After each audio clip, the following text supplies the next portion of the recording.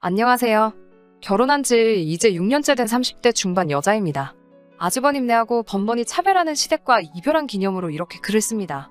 저희 부모님은 철물점을 운영하고 계십니다. 큰 시장에서 10년 넘게 하고 계시다 보니 고정 고객이 많고 수입도 적지 않습니다. 하지만 오랜 장사로 지치신 부모님은 저에게 그 일을 물려주고 싶어 하진 않으시더라고요. 저는 평범하게 서울에서 중위권 대학을 졸업해 현재는 외국계 화장품 회사에 다니고 있어요. 결혼 전까지는 부모님과 같이 살다가 결혼하면서 나와 살게 되었고요. 남편과는 대학 시절 만났습니다. 사실 취업 전까지는 친구 사이였는데 서로 멀지 않은 곳에 취업을 하게 되면서 자주 만나게 되었고요. 그러다가 연인으로 발전해서 제가 28살이 되던 해에 결혼까지 하게 되었습니다. 남편에게는 위로 6살 나이 차이가 나는 형이 있습니다. 저에게는 아주버님이죠. 아주버님은 온 집안의 사랑을 독차지하며 자랐다고 합니다. 그게 시아버지의 형제들은 다 딸만 있고 아들은 없는 상태에서 아주버님이 태어났기 때문이에요. 덕분에 시아버지는 땅이랑 돈도 받으셨대요. 하지만 제 남편이 태어났을 때는 이미 6년이란 세월이 지나 있었고 그 사이에 다른 형제들도 아들을 가졌기 때문에 찬밥 신세였다고 하더라고요. 아무튼 그래서인지 시댁에서는 첫 아들이었던 아주버님과 남편에 대한 차별 대우가 굉장히 심했습니다.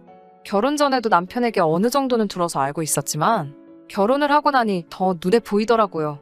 저희 시댁은 남편과 아주버님 생일이 음력으로 한 달 가까이 차이가 나는데도 늘 한 번에 하십니다. 아주버님 생일이니까 겸사겸사 너네 생일도 같이 해주는 거나 마찬가지니 와서 먹고 가라는 식이세요.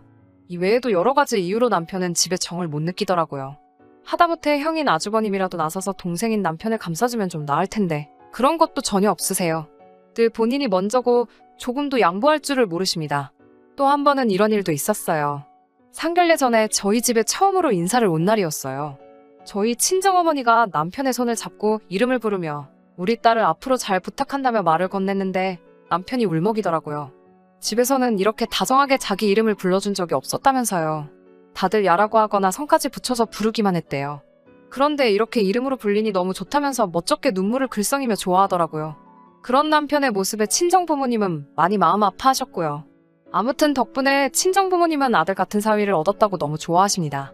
반면에 사실 아주버님은 늘 자기 멋대로 하고 싶은 대로 하시고 사셨어요. 듣기로는 대학도 다 떨어져서 재수하고 결국 지방에 있는 전문대에 들어갔대요. 그런데 또 수준이 안 맞아서 못 다니겠다면서 한 학기만 다니고 관뒀대요.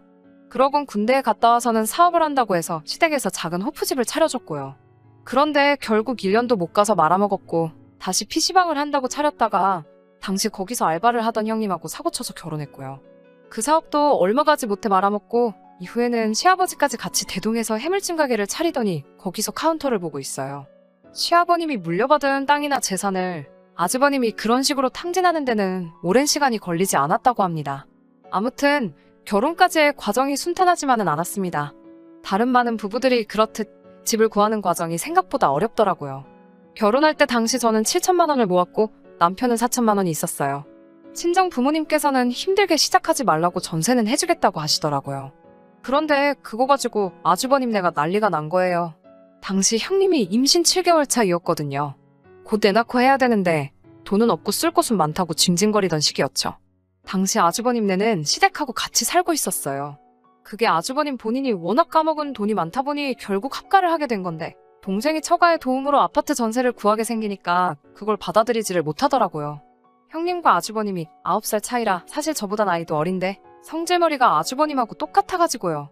저희더러 형님 부부가 이렇게 고생하며 사는데 저희가 아파트 가서 2다리 뻗고 잘 수나 있겠냐며 말도 안 되는 심술을 부리더라고요. 아무튼 저희는 친정의 도움으로 20평대의 작은 아파트를 전세로 들어갈 수 있었어요. 그런데 그 사실을 알게 된 시댁에서 하루는 저를 호출하더라고요. 사실 시댁이나 친정이나 저희 둘 직장이나 거리가 다 거기서 거기예요. 아무튼 집에 도착하니 아주버님하고 시모가 같이 저를 기다리고 있더라고요. 그러더니 저에게 하는 말이 이제 곧 애도 나오니까 애 좀 클 때까지는 집을 바꿔서 살려고 하시는 거예요. 처음에는 무슨 말인지 이해가 안 돼서 그게 무슨 뜻이냐고 여쭤봤어요. 그러자 너희는 둘이고 얘네는 이제 셋이 될 건데 그럼 당연히 식구가 많은 쪽이 더 좋은 집에 사는 게 맞지 않냐면서요. 그러면서 원래 형한테 동생이 양보도 하고 그러는 거래요. 저더러 외동이라서 그런 형제간의 우애를 잘 모르는 것 같다면서요. 무슨 말도 안 되는 소리인가 싶어서 대답도 안 하고 있었어요.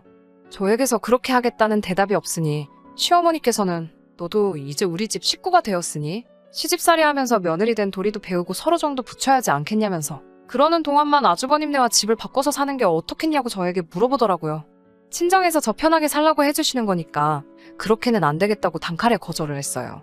그러자 시모는 그러면 친정에서 집도 해줬으니 너네가 결혼 전에 모아놓은 돈은 당장 필요 없겠지 라고 하시면서 집을 바꾸지 않겠다면 그 돈이라도 빌려달래요. 그 돈으로 지금 시댁 리모델링이라도 좀 하겠다고요. 저는 그 돈도 다 쓸 데가 있어서 어렵다고 안 된다고 말씀을 드렸어요. 그러자 시모의 안색이 싹 변하면서 내가 너 욕심 많은 건 알아봤지만 매정하기까지 하다며 다시 봤다고 하시더라고요. 그거 돈 몇 푼의 사람이 이렇게 다 드러난다면서요. 나중에 들으니 아주버님네하고 형님네가 엄청나게 셈을 냈었대요. 자기들은 갑자기 애가 생겨서 제대로 준비도 못하고 돈도 없이 대충 시작했는데 저희가 하나하나 차곡차곡 해결해 나가는 게 꼴보기 싫었나 봐요.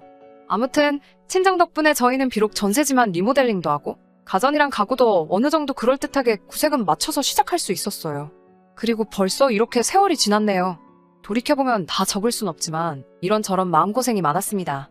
그렇지만 늘 내 할 도리만 하자라는 생각으로 적당한 거리를 지키며 버텨왔거든요. 그런데 더는 참을 수가 없네요. 사실 이해는 안 되지만 시모는 저희가 잘 사는 걸 못마땅해 하세요. 본인 생각에는 이것저것 다 해준 큰아들이 잘 나가야 되는데 큰아들네는 영 시원찮은 거죠. 반면에 저희는 알아서 잘 사니까 그게 배알이 꼴리셨나 봐요. 솔직히 이러나 저러나 둘 다 시어머님 자식인데 왜 그러시는 건지 모르겠지만요. 게다가 형님은 틈만 나면 이것저것 참견하고 간섭하거든요. 명절날 어른들 앞에서 반말하는 건 기본이고 자기는 손 하나 까딱 안 하면서 전부 저에게 이래라 저래라 시키기까지 해요. 게다가 이제는 육아 문제까지 간섭을 하네요. 사실 결혼할 때 제가 직장 생활을 하다 보니 혹시 애 낳고 친정의 도움을 받을 일이 생길지도 몰라서 집을 멀지 않은 곳에 구했거든요. 그렇다 보니 시댁에서도 그렇게 멀지 않고요. 결혼하자마자 애를 갖게 되었고 아이가 좀 자란 후부터는 아파트 단지 내에 있는 가정 어린이집에 보내고 있어요. 그러다 제가 승진을 하면서 연봉도 좀 올랐고 욕심이 생겨서 놀이학교로 옮겼어요. 정부 지원을 받을 수가 없어 비용 부담이 있기는 하지만 영어 유치원을 보내는 것보다는 훨씬 저렴하고 무엇보다도 아이가 너무 좋아했기에 아이를 위해 투자한다 생각하고 보내기 시작했어요. 이 사실을 굳이 시댁에 얘기할 필요는 없어서 안 했고요. 그리고 얼마 전 시아버지의 생신이었어요. 원래는 주말에 외식하자고 얘기가 오갔었는데 시모가 주말에 약속이 생겼다며 당일 저녁을 먹자고 하시더라고요. 남편은 회의가 길어져서 좀 늦을 것 같다고 하길래 제가 아이를 하원시켜서 바로 식당으로 갔어요. 형님은 제가 들어가자 저를 쓱 훑어보면서 그까짓 돈 조금 번다고 아주 시부모님 생신도 건성이네? 라면서 바로 비아냥거리더라고요. 어른들 계신 데서 받아치기도 그래서 그냥 죄송해요라고 말하고 자리에 앉았죠. 어른들은 어른들대로 앉아서 음식을 기다리고 저는 형님네 애랑 저희 애를 데리고 키즈놀이방에 있었어요. 그러다가 화장실에 가려고 형님께 애들을 맡겼어요. 그런데 화장실에 갔다가 나오니 형님이 저에게 제 딸이 거기 놀이학교 다니고 있냐고 물어보는 거예요. 그래서 여기 놀이학교가 프로그램이 괜찮은 것 같아서 옮겼다고 했죠. 그랬더니 갑자기 식당 사람들이 다 들을 만큼 한 달에 무슨 100만 원 넘게 애한테 쓰냐면서 돈 많이 번다고 너무 티내는 거 아니냐며 소리를 지르는 거예요. 자기네 아들은 초등학교 들어가기 전까지 계속 어린이집 보낼 건데 위화감 느껴서 한 지붕 아래서 살겠냐면서요. 그래서 제가 언제 우리 딸 놀이학교 보낸다고 자랑하길 했냐, 아니면 내가 형님을 무시하길 했냐며 왜 화를 내냐고 맞받아쳤어요. 그러자 너 일부러 내 자존심 건들려고 애한테 원복 입혀서 온 거 아니냐며 악다구니를 쓰더라고요. 아무리 형님이어도 저보다 어린데 맞전대 정도는 해달라 제가 쏘아붙이니 너가 뭔데 나를 가르치려고 하냐면서 삿대질을 해대더라고요. 아주버님까지 나서서는 저더러 형님한테 뭐하는 싸가지냐면서 제정신이냐고 난리예요. 애들 앞에서 부끄럽지도 않냐고 제가 그만하시라고 했지만 애들이건 다른 사람들이건 안중에도 없더라고요. 형님은 시부모님한테 이거 보라고 자기 못 산다고 이렇게 무시한다면서 제가 평소에도 사람을 얼마나 깔봤겠냐며 말도 안 되는 소리를 하더라고요. 그래도 시부모님이 중간에서 균형을 잡고 상황 정리를 해주셨으면 제가 이렇게 글까지 쓰진 않았을 거예요. 그런데 시모가 저한테 너는 젊은 애가 정신 나갔냐면서 애한테 무슨 돈을 그렇게 허투루 쓰냐는 거죠. 그것도 아들도 아니고 딸인데 뭐 한다고 그 돈 들여서 놀이학교를 보내고 있냐고. 여자애는 그냥 집에서 한글이나 가르치면 된다나요. 아무리 그래도 손녀한테 어떻게 저렇게 말을 하나 싶고 솔직히 사람으로도 안 보이더라고요. 아주버님네는 저한테 꼴같지 않게 돈 자랑한다며 욕을 하고 식당 사람들도 쳐다보고 우리 딸은 울고 있는데 정신이 하나도 없고 쓰러질 것만 같았어요. 그런데 그때 남편이 어느샌가 나타났더라고요. 남편은 딸을 한 팔로 안고 다른 한 팔로는 제 손목을 잡아 끌며 나가자고 하더라고요. 그러면서 남편이 시부모님께 자식으로서 할 만큼 한 것 같습니다. 생신날 이런 모습 보여서 죄송하고 앞으로도 건강하게 오래 사시라고 그러더라고요.